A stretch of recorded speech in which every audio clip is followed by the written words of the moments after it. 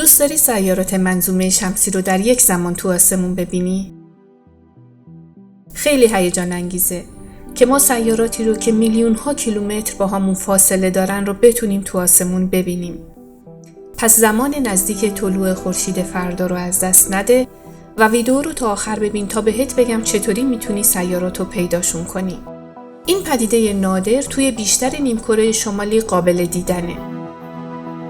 6 سیاره از منظومه شمسی از دید یک ناظر زمینی بامداد فردا 14 خرداد یا 3 ژوئن توی یک خط تو آسمون دیده میشن. معنیش اینه که زمین در یک طرف قرار میگیره و بقیه سیاره ها طرف دیگه و ما میتونیم اونها رو توی یک خط ببینیم.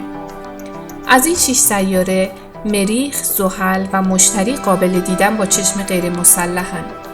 اما دیدن 3 سیاره عطارد، اورانوس و نپتون تلسکوپ نیاز داره.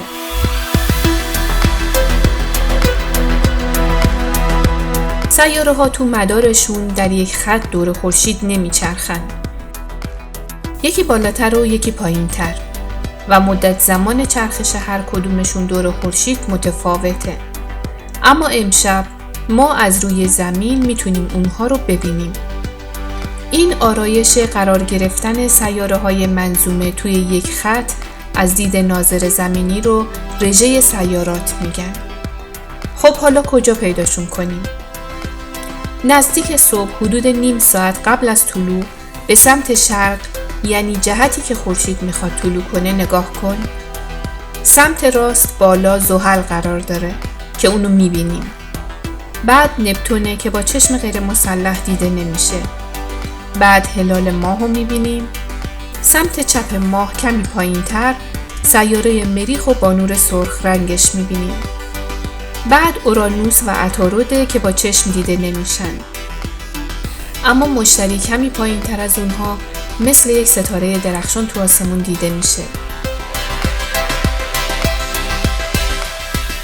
این اتفاق زیبا و نادره و البته برای دوستداران نجوم هیجان انگیز و حیرت آور. پس از خواب بامدادیت بگذر و این پدیده رو تو آسمون تاریک پیداش کن. البته ممکنه تا 1-2 روز بعد هم قابل رؤیت باشه. اخترشناسا میگن دفعه بعد توی 28 اوت یا 8 ژانویه 2025 دوباره این اتفاق رخ میده.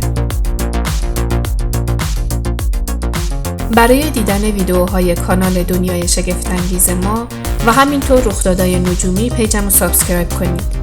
من سعی میکنم مطالب نجوم و به خصوص منظومه شمسی رو تا جایی که میدونیم خیلی ساده بیان کنم.